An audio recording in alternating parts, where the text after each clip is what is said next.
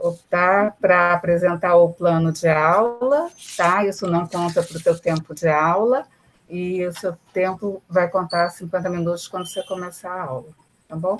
Ah, tá. Como eu já enviei, então acho que eu não vou precisar apresentar. Tá bom.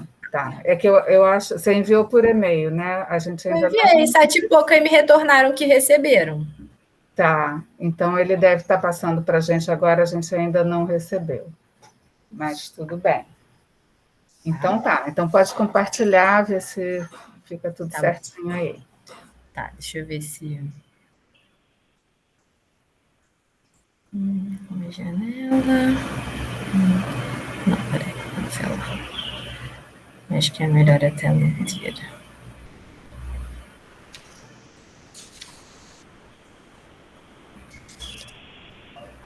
Chegou?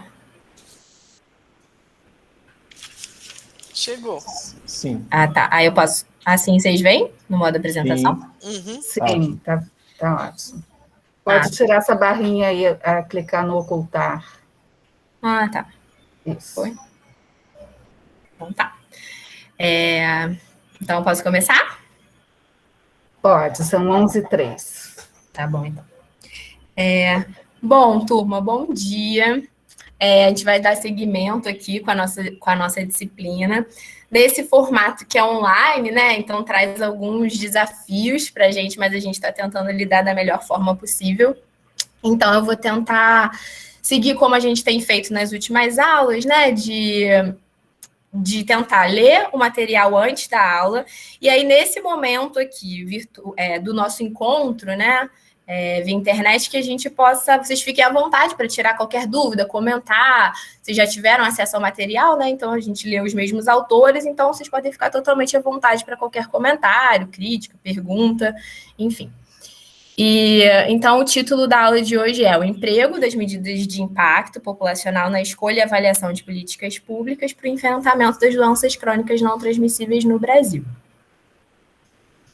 Então, o que eu vou abordar aqui nesse encontro de hoje? Primeiro, eu vou fazer um resumo muito breve sobre as doenças crônicas, né? Já que o tema da nossa aula é para enfrentar as doenças crônicas, então o porquê da importância de enfrentar as doenças crônicas não transmissíveis, né? Uma breve também passagem sobre o tema da epidemiologia translacional, que estaria muito ligada a essa questão de como a gente utiliza os estudos dentro da política pública, que faz parte do nosso tema. Aí entraríamos, enfim, nas medidas em si de impacto, e que eu queria deixar bem claro aqui é que, assim, existem os cálculos das medidas que a gente vai passar por eles, mas o mais importante é a gente entender, interpretar o valor que sai ali daquela fórmula, né? A fórmula a gente pode ter acesso em qualquer momento, mas a interpretação daquele resultado é que é o importante. Aqui, nesse momento de disciplina, ou no futuro, né? Atuando na gestão, enfim, avaliando uma política, propondo alguma política. Então, é importante compreender essas medidas. Vamos em alguns exemplos de estudos interessantes aqui nacionais. E vamos falar um pouco também sobre estratégias de prevenção. E no final, vou propor um exercício para a gente apresentar na próxima aula, que seria semana que vem. Então, vamos lá. Inicialmente, por que focar nas doenças crônicas não transmissíveis? Né? Vou fazer aqui muito breve resumo sobre elas, né? O nosso primeiro plano de ação de enfrentamento das doenças crônicas, ele foi publicado no âmbito do SUS, né? Ele foi publicado em 2011, então ele previa ações para os 10 anos seguintes. Então, ele prevê ações até 2022.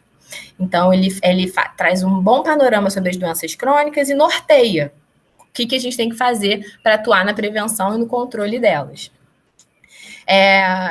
O plano seguinte, ele já está sendo construído, ele já tem uma versão de consulta pública que já avalia, por exemplo, se a gente vai atingir as metas do plano anterior, né, que acaba agora em 2022, enfim, são materiais muito relevantes que eu passei, inclusive, para vocês na bibliografia. Então, o que ele traz? Que em 2018, 54% das mortes no Brasil foram devido às doenças crônicas não transmissíveis. E alguns autores, né, inclusive nesse novo plano, ele já fala assim, né, doenças crônicas e agravos não transmissíveis, incluindo aí a violência, os acidentes. 11% das mortes foram causadas por esses agravos. Então, a gente tem aí um impacto, né, dentro do número de mortes muito alto dessas doenças. Que doenças seriam as mais comuns dentre as crônicas não transmissíveis? As cardiovasculares, câncer, diabetes e as doenças respiratórias crônicas. E que grupos elas atingem mais, né? O que os estudos mostram é que elas atingem mais pessoas com menor renda e escolaridade.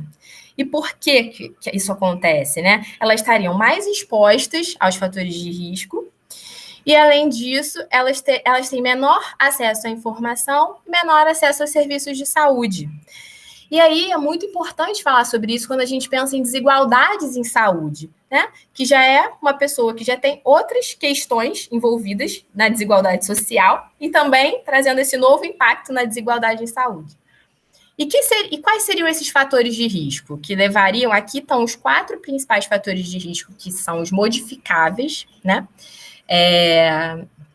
Possíveis de modificação para a gente prevenir as doenças crônicas não transmissíveis, que estão associados eles estão geralmente associados àquelas 4 que eu falei aqui. A maioria deles, né, tem alguma relação com essas 4 doenças.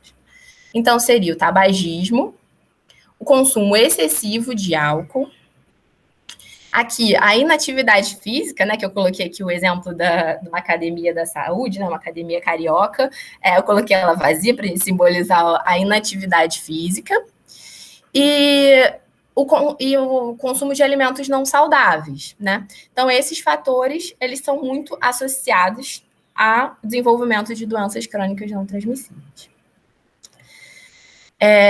Então, para fechar aqui do porquê de estudar elas, né? Elas trazem impactos nos indivíduos, com certeza, na saúde daquele indivíduo. Ele está afetando a saúde dele. Então, eu altero a qualidade de vida daquele indivíduo, né? E, além disso, sofrimento naquele indivíduo, né? Então, tá aí os porquês de atuar nelas, né? E, fora isso, custo para aquele indivíduo, custo para a família, né? Gastos depende do nível que a doença pode chegar na pessoa, pode exigir alguém para cuidar, muito medicamento, falta no trabalho, não conseguir acompanhar o trabalho, enfim, diversos impactos. Impactos no sistema de saúde, né? Que vai estar sobrecarregado com internações, com tratamento, com medicamento, então custos diretos no sistema de saúde e custos indiretos na economia também, porque essas pessoas elas podem precisar faltar ao trabalho, elas podem não ser tão produtivas no trabalho. E aí, falando também nos impactos delas dentro dos objetivos do milênio. Elas não estão especificadas, né, da Organização Mundial da Saúde, ela não está especificada aqui em nenhum dos objetivos, né, assim, o tratamento delas especificamente. Mas a gente pode ver que ela está intimamente relacionada com alguns deles. Por exemplo, o objetivo 1, acabar com a fome e com a miséria. Lembra, como eu falei, elas afetam mais as pessoas com a menor renda e, além disso, pode gerar mais custos para elas. Então, pode afetar realmente a situação econômica ali, gerar uma situação de insegurança alimentar, enfim, existe uma relação. Os objetivos 4 e 5, de melhorar a mortalidade infantil, reduzir a mortalidade infantil, né, e melhorar a saúde das gestantes, intimamente relacionados à doença crônica. Se você quer reduzir a mortalidade infantil e melhorar a saúde das crianças, a gente tem que ter, por exemplo, uma mulher que desenvolve diabetes gestacional. Ela pode ter desfechos piores perinatais, afetando, como a gente vai ver em aulas seguintes, né, a metodologia do curso da vida. Um impacto que tem ali durante a gestação pode ter efeitos até a vida adulta, né? Então, assim, a doença crônica aí influenciando e deixando também um resquício do que ela aconteceu dentro dessa fase da vida para o resto da vida dessa pessoa.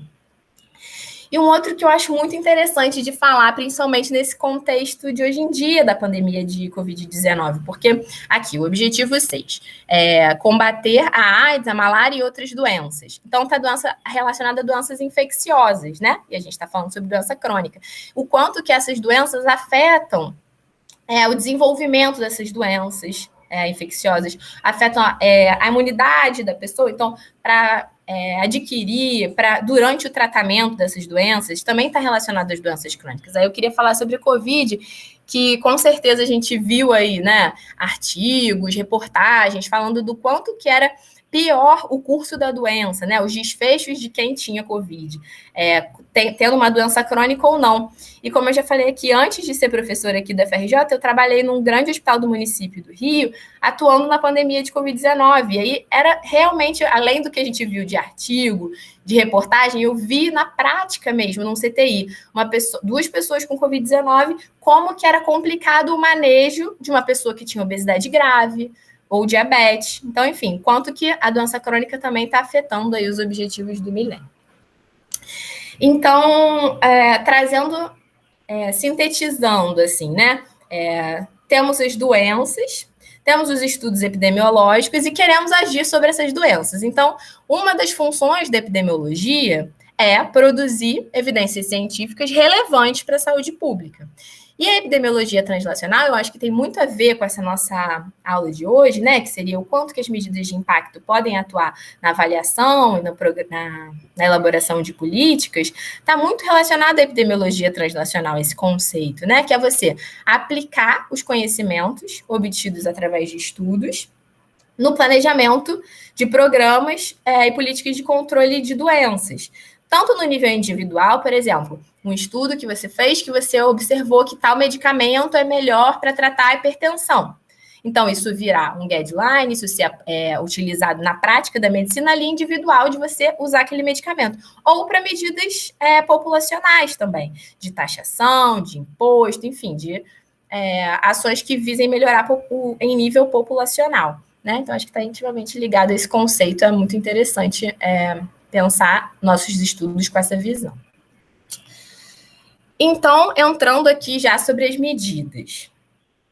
Eu vou falar inicialmente, só relembrando, porque nas aulas anteriores a gente viu outros tipos de medida, né, que eram as medidas de associação.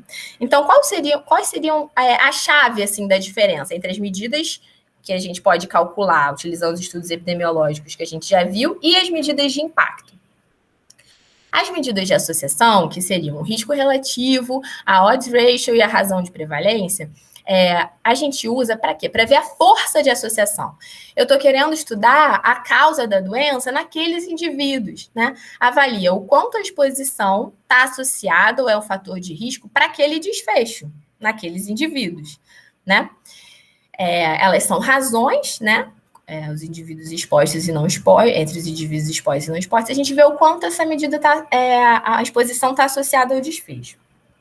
Quando a gente fala das medidas de impacto, a ideia aqui seria ver, seria aqui, qual é a aplicabilidade da função. Quantifica a importância daquele fator numa população, ou o impacto desse fator na saúde pública, ou o excesso de casos devido a uma exposição.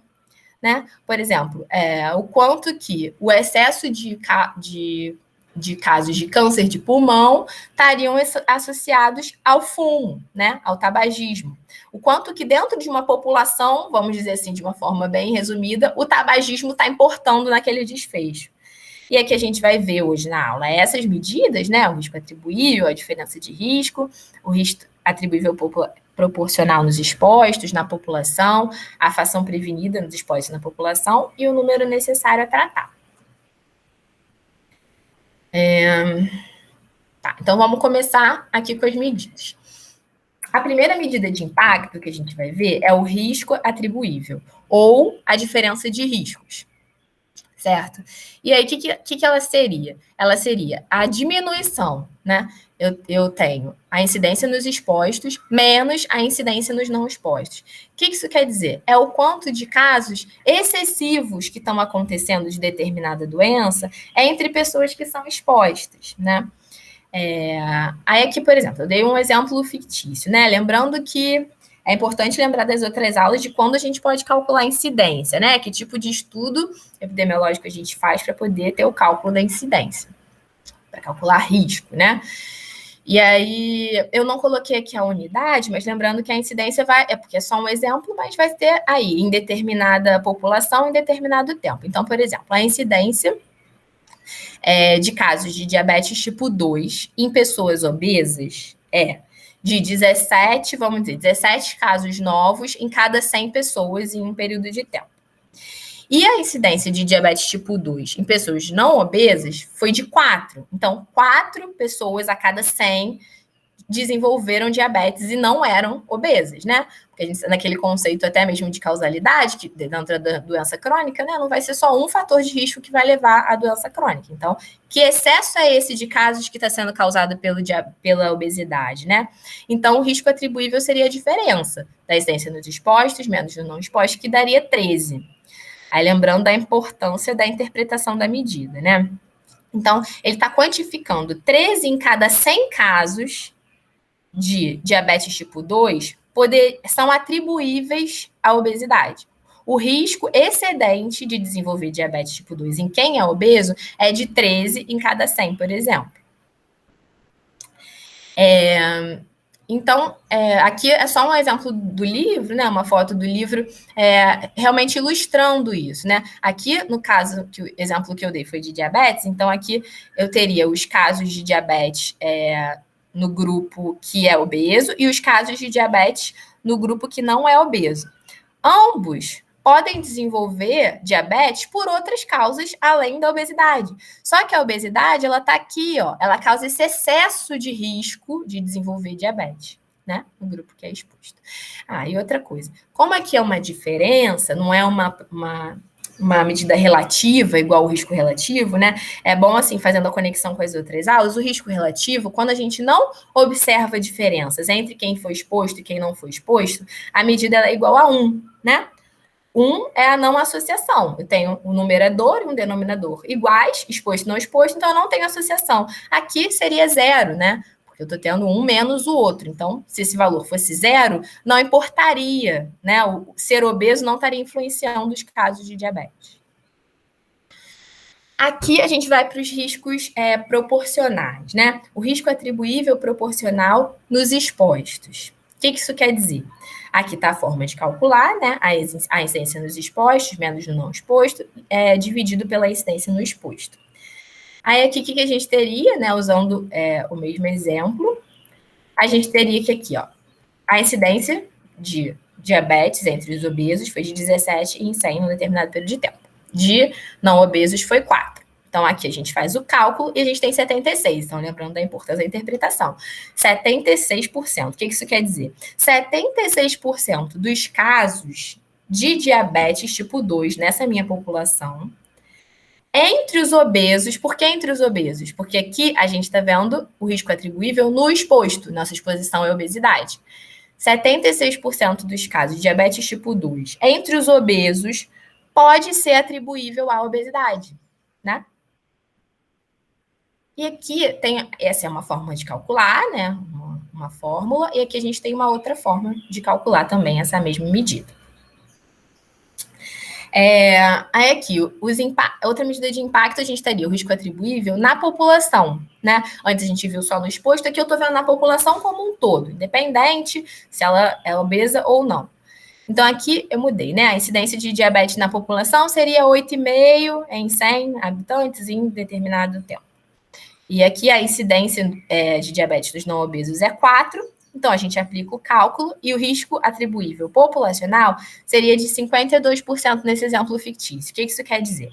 52% dos casos de diabetes na população podem ser atribuíveis à obesidade. E aqui tem uma outra forma de calcular essa mesma medida de impacto, né? E aqui eu acho interessante lembrar também da outra aula, né, de desenho de estudo, das medidas de associação, que aqui a gente usa o risco relativo para o cálculo dessa medida. E a gente lembra que nos estudos de caso-controle, seguindo determinados pressupostos, é possível você... A odds ratio ela vai ser uma boa estimativa do risco relativo. Então, fica aí essa opção se atender aos critérios, né? Aí aqui a gente viu essas medidas pensando num fator de risco, né? A obesidade levando a diabetes. Mas se a gente estiver pensando num fator de proteção, né? O que seria esse fator de proteção? Lembrando, o risco relativo igual a 1, não teria associação, né? Entre desenvolver o desfecho no exposto e no não exposto. E aqui, quando ele é menor que 1, quer dizer o quê? Que o numerador né? Ou seja, a incidência no exposto, ela é menor do que a incidência no não exposto, ou seja, isso é um fator de proteção. O que você está estudando é um fator de proteção. E aí, como que seriam calculadas as medidas de impacto nesse caso? Que elas seriam, primeiro assim, né? A fração prevenida nos expostos e a fração prevenida na população. Aí eu vou aqui colocar um exemplo. Por exemplo, a gente focando numa estratégia de prevenção, né? A gente gostaria de comparar a incidência de AVC em quem participa das atividades da Academia Carioca, né? Essas atividades aqui, em Unidades Básicas de Saúde, aqui está uma notícia no site da Prefeitura, né? De uma que foi inaugurada em Manguinhos. E queria ver a incidência de AVC em quem participa da Academia Carioca e em quem não participa. Então, a minha exposição é uma coisa que tende a melhorar o desfecho, né? Teoricamente, é um fator de proteção. Então, a gente vai calcular a fração prevenível nos expostos. Ela também pode ser chamada de eficácia, tá? Então, tá aqui a fórmula, né, da gente calcular essa fração prevenida nos expostos. E eu vou trazer aqui o resultado, né, de um valor fictício, vamos dizer que deu 40%. Aplicamos aqui, colocamos as incidências, e o valor da fração prevenida nos expostos foi de 40%. Então, lembrando aqui da importância de ir lembrando falar mesmo, né, o que essa medida significa, porque a gente está vendo um monte de cálculo, então entender para que é cada cálculo, né, assim. Então, vamos tentar falar aqui juntos o que significa esses 40%, né? O que isso significa aqui nessa nossa intervenção? 40%, né? O quanto que isso está prevenindo os expostos, né? Então, 40% dos casos de AVC foram prevenidos em pessoas que participaram da Academia Carioca. Então, 40% dos casos de AVC foram prevenidos nos expostos à Academia Carioca, que a gente está falando dentre os expostos. Isso é eficácia, né? O quanto que você está prevenindo em quem você está tratando, entre aspas, tratando. Aqui eu tratei com a Academia Carioca, né? Então, 40% dos casos de AVC foram prevenidos dentre os expostos devido à Academia Carioca. A gente traz essa fração prevenida na população, que aí já seria a efetividade, né? Aqui está o cálculo para a gente fazer essa medida, e aí mesma coisa. E aqui eu coloquei um exemplo que foi de 25%. Então, o que isso quer dizer? 25%, aqui a gente está vendo na população, certo? Então, aqui, 25% dos casos de AVC foram prevenidos na população como um todo, inserindo essa estratégia da Academia Carioca, da atividade em um certo grupo de pessoas, né? A gente preveniu 25% dos casos de AVC na população. E aí ficam, até mesmo pela forma de calcular, né? Aqui está a incidência nos expostos e aqui está a incidência na população. Então, até mesmo a fórmula e o conceito traz mesmo isso, né? Sempre a medida de eficácia, ela vai ter um valor mais alto do que a medida de efetividade. Porque aqui na eficácia, eu estou vendo o quanto isso está atuando dentro do exposto, né? Em quem recebeu aqui a nossa intervenção. E aqui eu estou passando isso aqui para a população como um todo, né? Então tá. Aí aqui agora vamos para as medidas de impacto. Outra medida de impacto que é o número necessário a tratar. Ele também, aqui, ele tem esse nome de número necessário a tratar quando a gente está pensando numa exposição que ela é positiva, como o exemplo que eu vou dar aqui, que é um medicamento, né? Então, a gente está com uma exposição que é um medicamento que é positivo. Mas ela também pode ser chamada de NNH quando a exposição é um fator de risco para desenvolver. Mas aqui eu vou falar sobre o NNT. O que é o NNT? Ele é o número necessário de indivíduos que você precisa tratar para prevenir um caso na sua população. E o cálculo ele é 1 sobre o risco atribuível. O risco atribuível que a gente viu aqui no início, né? Que é a diferença de risco. É aqui a incidência no exposto menos a incidência no não exposto. Então, quantas pessoas eu vou ter que tratar para prevenir um caso do que eu estou estudando, né? Então, aqui, eu estou usando um medicamento para prevenir o AVC, né? a incidência em quem tomou o medicamento, incidência do AVC, quem tomou o medicamento foi de 1,4% e quem tomou o placebo foi de 2,6%. Então, aplicando o cálculo, o resultado é de 83. O que isso quer dizer? Eu estou tentando prevenir AVC com esse medicamento. Para isso, eu fiz um estudo, né? E aí, pensando, levando isso para a população, né? Que essa é a característica da medida de impacto mesmo, né? Levar isso para a população, para a realidade ali. E aí, o que ela teria? Que 83 é necessário tratar aproximadamente 83 pessoas com esse medicamento novo, né? Que eu estou testando, para prevenir um caso de AVC. Tá. Então, acho que é isso aqui. Então, essas foram as medidas que a gente vai trabalhar hoje, né? A importância de saber da fórmula, mas também interpretar, né? Elas. Está um barulho aqui na rua. Então, aqui eu vou trazer 2 estudos. Deixa eu puxar aqui a janela só um minuto.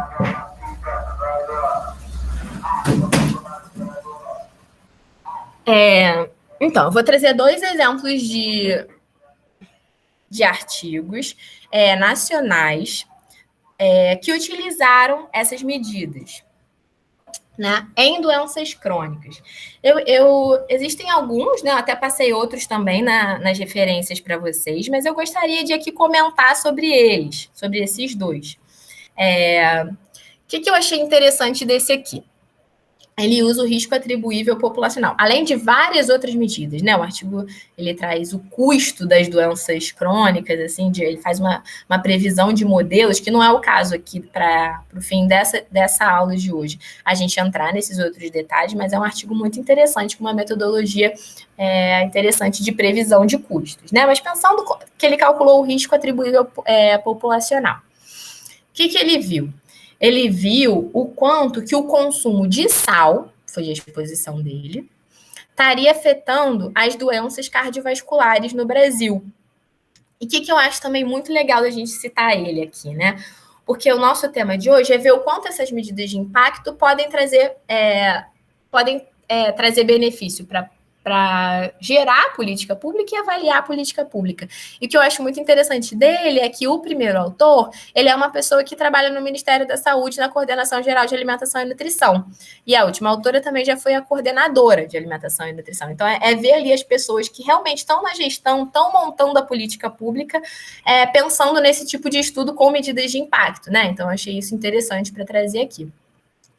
O que ele viu? Ele fez um modelo lá que preveria, a exposição dele seria, ele pegou o consumo de sal, segundo a PNS, né, a Pesquisa Nacional de Saúde, e ele fez a previsão se a gente reduzisse esse consumo de sal para o recomendado, que seria 5 gramas de sal, ou 2 gramas de sódio, né? Quanto a gente iria prevenir dos casos das mortes, né, por doença cardiovascular, preveníveis, quanto que isso iria prevenir essa exposição, reduzir o consumo de sal. Então, o que aconteceu? O risco atribuível populacional foi de 6,4%, ou seja, 6,4% das mortes preveníveis no Brasil, sem pensar em doença cardiovascular, de todas as mortes preveníveis no Brasil, 6,4% das mortes preveníveis no Brasil foram atribuídas ao consumo, se não me engano, acima de 30 anos, ao consumo excessivo de sal pela população brasileira. E quando a gente dá o foco só na doença cardiovascular, né?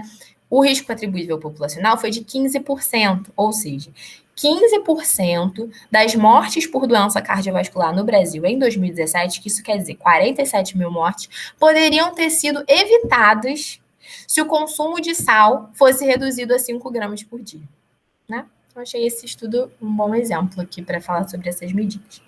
E aqui é um outro estudo, que foi publicado em 2016, falando sobre diferentes fatores de risco que estão associados aos diferentes tipos de câncer, né? Também foi uma previsão, ele foi publicado em 2016, prevendo os casos para 2020. E eu gostei muito desse artigo porque ele também vai poder juntar outras aulas que a gente já teve. Por exemplo, as aulas de vigilância, né? Quando a gente pensou em vigilância, não tem que existir estudos que a gente possa monitorar os fatores de risco? Então, essa equipe de pesquisadores utilizou alguns estudos, né, fora os clássicos que a gente tem hoje em dia para monitorar fator de risco, a PNS, né, contínuos, a PNS, a PENSE e o Vigitel, eles também usaram dados. Eles usaram aqui. Essas foram as fontes de informação sobre os fatores de risco na população. Eles usaram que poderiam prevenir o câncer, né? Usaram dados da PNAD, da POF, da PNDS, do Vigitel, da pesquisa sobre tabagismo. Então, aqui está a fórmula, ó, do cálculo que eles fizeram. Foi aquela outra fórmula que eu dei, lembra? Eu dei a primeira fórmula do risco atribuível populacional e a segunda. Aqui está bem claro que ela leva em conta, né, na fórmula, a prevalência do fator de risco na população. Então, para isso aqui, eles usaram essas pesquisas. Para as estimativas do caso de câncer, né, que ele está estimando para 2020, no caso, na época, ele usou os registros de câncer e os sistemas de informação sobre mortalidade. E para completar a fórmula, né? Como é que eles fizeram para ter o risco relativo? Eles conseguiram, o risco relativo seria o quê? Da associação desses diferentes fatores de risco, que eu vou mostrar aqui, no desenvolvimento do câncer. Então, eles pegaram preferencialmente revisões sistemáticas que tinham meta-análise, né? Para tentar estimar esse fator de risco. Quando não foi possível, impactando no câncer, quando não foi possível, utilizaram alguns estudos observacionais, que eles criaram os critérios de qualidade para entrar aqui para o estudo. Aqui estão os fatores de risco que eles associaram que poderiam levar ao câncer, né? Cigarro, infecções, baixo consumo de hortaliças, inatividade física, todos esses outros aqui. O quanto que esses fatores estariam levando, né? Aqui, ó. O quanto que esses fatores de risco eles foram os casos de câncer, quanto que os casos de câncer na população com 30 anos ou mais no Brasil foram atribuídos a esses fatores de risco, né? Então, o que a gente teria aqui de previsão? Aqui, por exemplo, seria o homem, né, que é o azul, 14%. O que isso quer dizer? 14% dos casos de câncer na população acima de 30 anos no Brasil, eles seriam atribuíveis ao uso do cigarro, de diversos cânceres, tá? E aqui sobre infecções, sobre o consumo de hortaliças, então ele dá um panorama geral, assim, que eu achei bem interessante. E ele também compara com outros países, né? Assim, então aqui ele compara outros países, o quanto que esses fatores de risco levam aos casos de câncer ou à mortalidade por câncer. Então, aqui ele compara e tem algumas diferencinhas, né? Assim, nem todos os estudos dos outros países tinham todos esses fatores de risco que ele está vendo aqui, né? Então, tem umas exceções, mas o que ele viu aqui do Brasil, por exemplo? O risco atribuível de morte por câncer no Brasil, juntando todos esses fatores de risco, o risco atribuível a esses fatores de risco foi de 42%, ou seja, 42% das mortes por câncer no Brasil, era a estimativa deles, em 2020, seriam devido a esses fatores de risco, né? Então, assim, acho que dado todas essas informações, né, a importância da doença crônica, a importância de pensar o estudo aplicando ele dentro da saúde pública, o cálculo dessas medidas, né, de impacto que a gente vê aqui, o quanto que elas são importantes para você pensar nos estudos que levem à formação de política ou avaliação delas, eu vou trazer um exemplo aqui que eu acho muito interessante, que são as estratégias de prevenção, né? O que eu teria aqui? Pensando em AVC, pensando na prevalência, na incidência de AVC, e o fator de risco seria a hipertensão. O que tem nesse primeiro gráfico aqui? A gente tem, assim, pensando numa população, né? Essa é a distribuição da pressão arterial na população. E aí, o que a gente tem aqui, né? Aqui a gente são os valores mais altos de pressão, né? Então, aqui são pessoas que têm hipertensão severa. E aqui você vê a quantidade de pessoas, né? Esse aqui diz o número de indivíduos. Então, aqui eu tenho... É muito importante esse fator de risco? Ele é. Só que ele está presente em um percentual pequeno da população, certo? Aqui, quando eu penso na pré-hipertensão, na hipertensão moderada, mas mais pré-hipertensão, olha o tamanho da quantidade de gente que tem com pré-hipertensão, né? Então, aqui, o que o livro trouxe de exemplo, né? Pensando lá naquele quadro que eu falei, sobre as diferenças das medidas de associação e sobre as medidas de impacto. Que medida você vai usar para pensar numa política pública? Qual das duas, né? O risco relativo ou o risco atribuível populacional, por exemplo, se você está querendo prevenir AVC na sua população. O risco relativo, como eu falei, fala sobre a força da associação. Certo?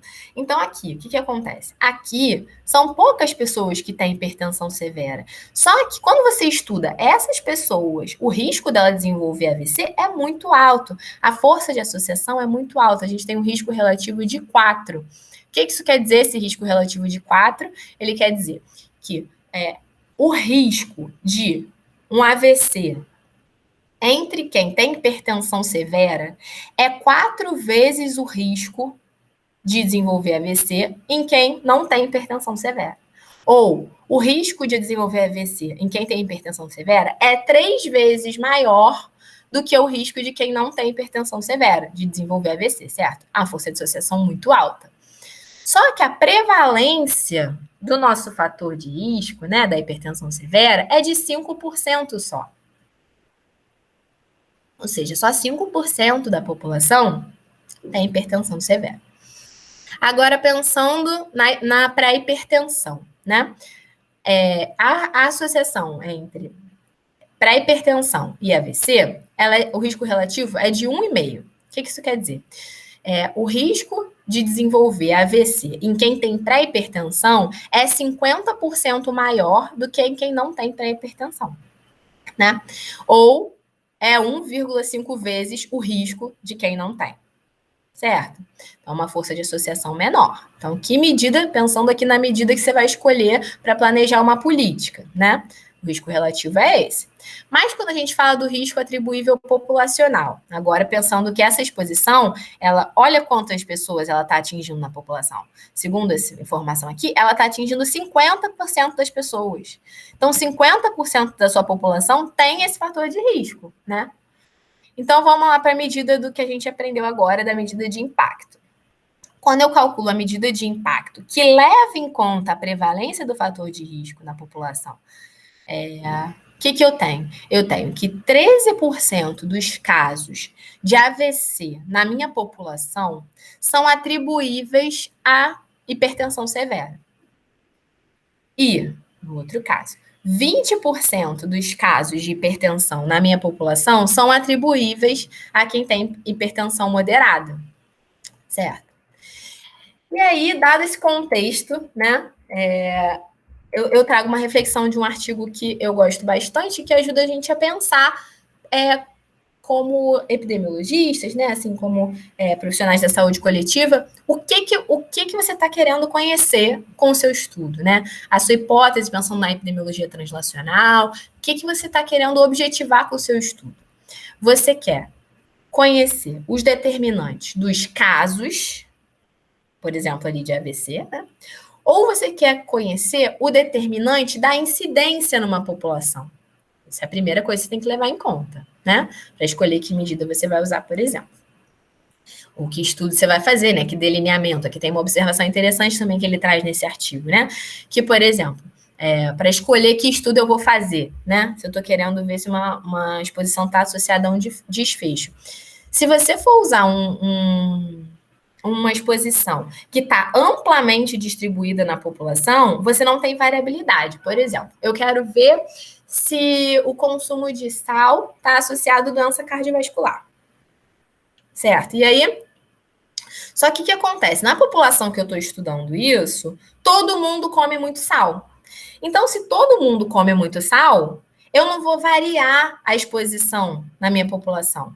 Então, na hora que eu for calcular a minha medida de associação, não vai ter diferença, porque todo mundo está exposto àquilo. Então, aí você também tem que pensar que tipo de estudo você vai fazer. Um estudo usando o indivíduo como unidade de análise pode não ser interessante. E agora voltando aqui no nosso exemplo do AVC, né, tentando contextualizar ele com essa teoria. Que estratégia de prevenção seria mais interessante, né, de você usar numa população? Conhecendo essas informações aqui. Então, aqui a gente está pensando, né, que as medidas de impacto, elas têm uma importância maior, uma relevância maior no caso de aplicar para a política pública, né? Então, aqui teriam as estratégias que são expostas, o tipo de estratégia, né, que ele coloca nesse estudo, e que ele coloca que a gente teria dois tipos de estratégia para prevenção ou controle das doenças, né? Então, pensando aqui, a gente tem uma medida lá de risco atribuível populacional. O que você, como gestor, vai propor, né? Você vai propor uma estratégia focada nos indivíduos de alto risco, né? Ou você vai fazer uma estratégia que vai estar focada na população. Tem vantagens e desvantagens delas, né? Então, aqui, as vantagens de você focar no indivíduo de alto risco, que seria o quê? Focar em quem tem hipertensão severa. Aqui você estaria focando em quem é responsável por 13% dos casos da sua população, né? E aí, o que acontece? Ela é apropriada para o indivíduo, por quê? Quem tem hipertensão severa sabe, tem uma consciência assim de que eu tenho esse fator de risco, né? Então ela pode ter uma outra motivação para seguir a sua estratégia de prevenção. Ela, o médico, você vai ter um bom uso do recurso também. Se te faltar recurso, porque estratégias de educação e saúde, por exemplo, elas não são feitas em uma vez só. Você vai ter que ir repetindo aquilo, né? Então, você vai ter um bom uso do recurso, porque você vai focar numa pequena parcela da população, né? Aí tem alguns outros benefícios aqui, mas fica aí no material para a gente ler, mas, por exemplo, de pontos negativos. Você vai ter que triar essas pessoas, né? Você vai ter que saber quem tem hipertensão severa para aplicar a sua medida. Ela vai ser temporária, porque se a causa que leva ao AVC, por exemplo, ela já está ali naquela população, daqui a pouco vai ter mais gente com hipertensão severa, né? Então, assim, você trata esse, depois trata de novo, né? Você tem um potencial limitado também disso, né? E fora que é um desafio comportamental, que se você faz uma estratégia, vou fazer uma atividade de educação alimentar, que você vai querer que a pessoa reduza na casa dela o consumo de sal, né? Então, ela vai ter um desafio nela aí, né? Porque o comportamento dela vai ter que mudar frente a toda uma exposição ao redor dela que estimula o consumo de sal, por exemplo, ou que estimula a inatividade física, digamos, né? E se você fizesse uma estratégia de prevenção populacional, essa estratégia poderia ser radical, né? Ela tem um alto potencial, né? Pensando aqui, ó, se eu atingir todos os indivíduos com a minha estratégia, se a minha estratégia for, por exemplo, promover a atividade física em todos os ambientes de trabalho, por exemplo, ter atividades físicas acontecendo assim de tempo em tempo no trabalho. Isso estaria atingindo um percentual grande da população, né? A minha estratégia estaria envolvendo a população como um todo aqui, né?